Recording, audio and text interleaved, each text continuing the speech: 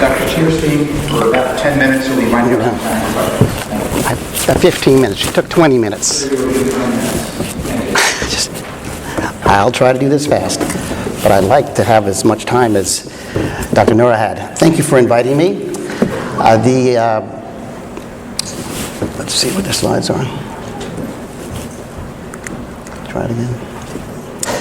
My disclosure of conflict of interest includes being the president of an alternative board, the National Board of Physicians and Surgeons. I am unpaid. I also direct and participate in many CME conferences. I'm a big fan of CME, and importantly, I am a grandfather in internal medicine and cardiology. I have not grandfathered in interventional cardiology, so I have participated in recertification with interventional cardiology. I'm going to start by saying something nice. I fully support initial board certification. In fact, the national board that I'm president of requires it. I'm proud of my 3 certifications and the certifications of all my fellows that I train. I think providing initial board certification is a huge contribution that we should all be proud of, and Dr. Nora should be proud of, and the American board should be proud of. I also think the boards should be content with initial certification and not require recertification. I'm going to start with an emotional appeal. This is one of my colleagues, Dr. Curtis Stennis. When he was our fellow 10 years ago, I nicknamed him Sparky because he had so much energy. And you can see him here, always very enthusiastic, at a CME conference at a break, discussing questions with members. And then 2 weeks ago, I walked past his office and I saw this. He was depressed. And I took this picture. I said, what's the matter? And he said, well, I'm taking my cardiology recertification next week, and so I'm studying. And I looked at what he was studying, and it says, you'll see it's pericardium cardiomyopathy. This guy works in a cath lab around a lot of radiation. There's not a lot of pregnant people there. He hasn't seen a pregnant patient since his wife gave birth 4 years ago, but he has to study this to maintain his board certification in cardiology. He's just bored. And, I think this is one of our big complaints. It reminds me of this advertisement, a mind is a terrible thing to waste. So that was really what got me going on this topic. I just don't want to waste my time doing things that aren't going to help me. So we all want to keep up with changes. We all want to be the best physicians we can be. But despite all the apologies, the emails, the discussion about modernizing MOC you just saw, there's still, I believe, no evidence that MOC, the recertification, take-home computer modules improve patient outcomes. The proposed new tests, whether they be secure or take-home, still cannot be tailored to the individual physician practices. The work of MOC lacks meaning, it's busy work, and there is an appearance of financial motivation underlying the MOC requirements.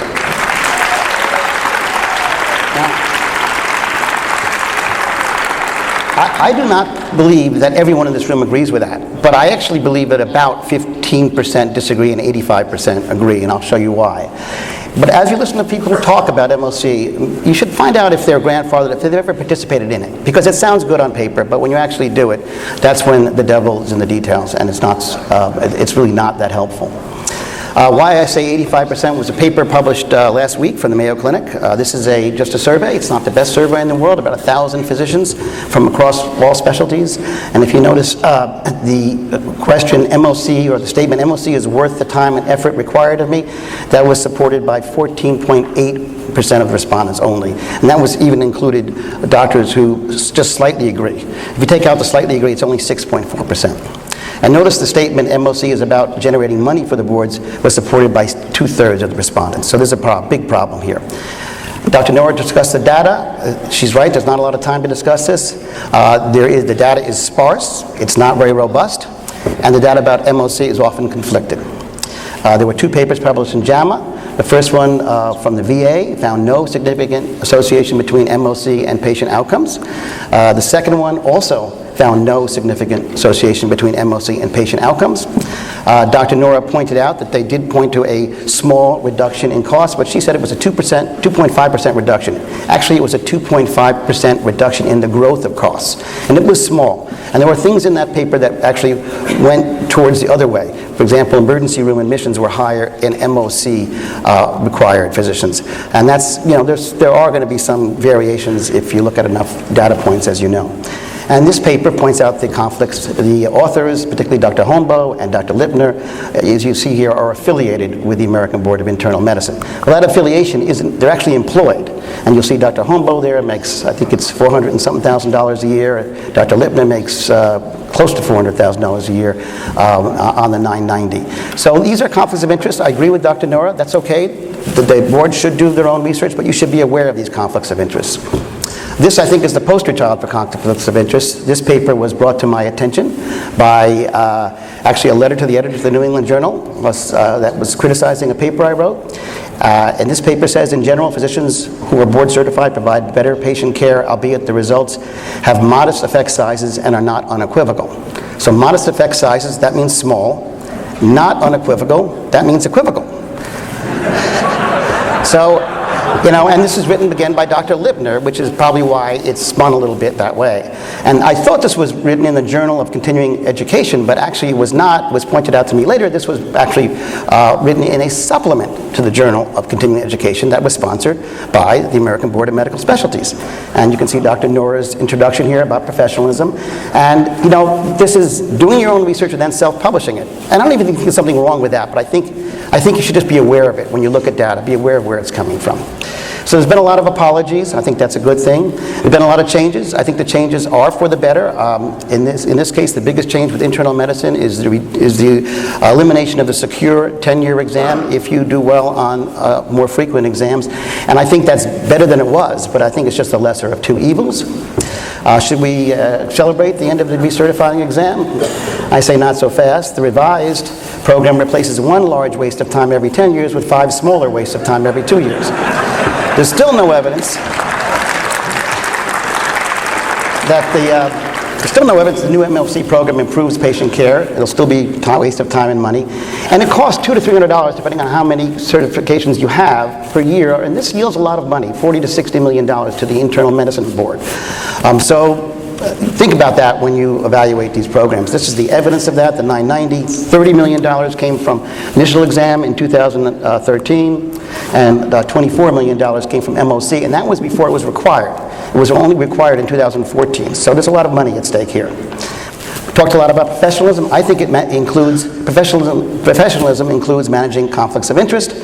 There are over 200,000 diplomates. That works out, if you pay about $250 a year, that's not that much money, but it works out to $50 million, so there's a lot of money at stake. This to me looks like a nice toll booth. The whole idea of reinventing itself is interesting because actually it's self-regulation of the American boards by the American boards. And when I keep hearing the words, the privilege of self-regulation that physicians have, actually this is not self-regulation. This is regulation of the physicians by the American boards, not by the physicians. And I'm not so sure.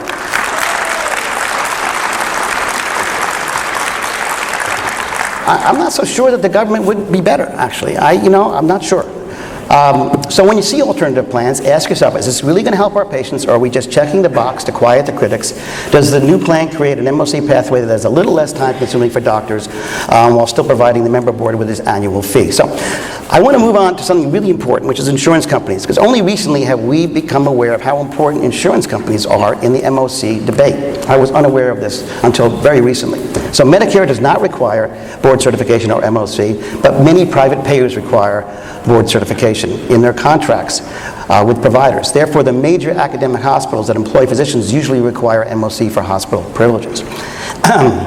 Why would payers even care about MOC? A lot of private practitioners are worried about losing their certification because they're worried that they'll lose their contracts. But why do the payers care? Well, it turns out, this will surprise you, but the payers are certified just like us physicians are. And who certifies them? 90% are certified by the National Committee on Quality Assurance. And they require payers contract with physicians who are board certified and do MOC. So I looked into this. I just got to the website. I don't know anything about the NCQA. And it's a private corporation. It's not a government organization. It's not for profit. It was founded in 1990, same year that recertification was required, by the way. And they have these quality measurements that the insurance companies have to fulfill to remain certified. So I looked further into this on the website. It was founded, and the president is Margaret O'Kane, and she's not a doctor, but she has a master's degree. And it turns out she's on the board of the American Board of Medical Specialties, which was shocking to me. And by the way, this is their 990 for the NCQA, and the organization she founded and is president of pays her almost $700,000 a year in 2013. So you really can't make this stuff up. So to me, this is sort of like the musical, The Fiddler on the Roof, right? It takes a village. The payers require MOC because the NCQA requires MOC because the ABMS requires MOC. And the founder of the NCQA is a board member of the ABMS. And what holds this village of fiddlers together? It's tradition? No, it's tuition. It's money.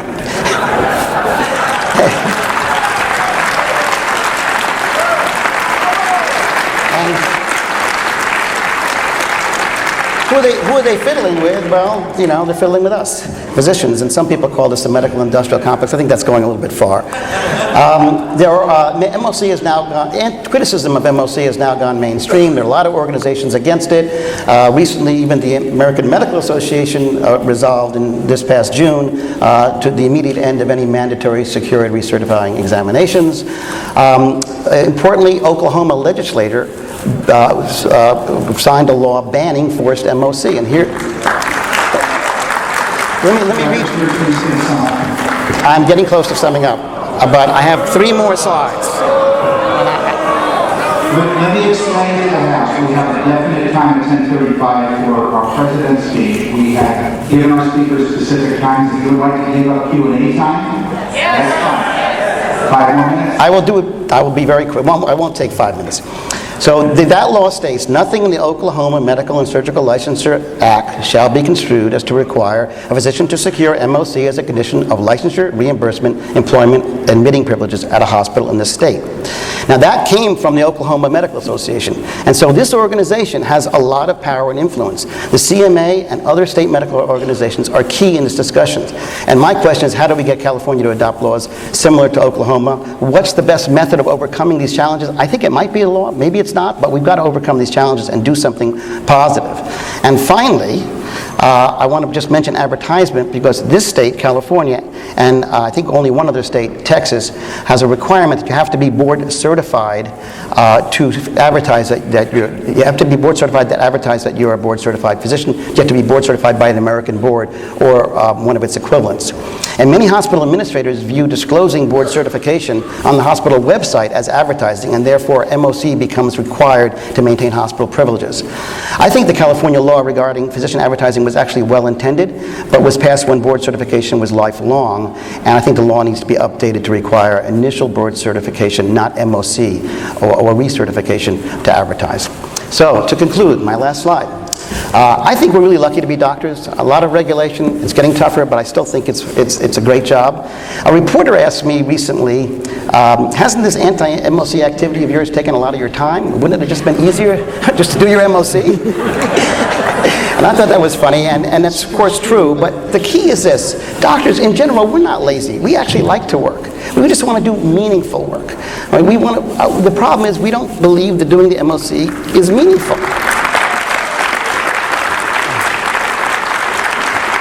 So my plea is, let's do something here that's meaningful. Let's pass some strong anti-MOC resolution today, not just studying it further. Let's do something that really changes it and makes us able to practice medicine in this state without having to recertify or do MOC. Thank you for your attention.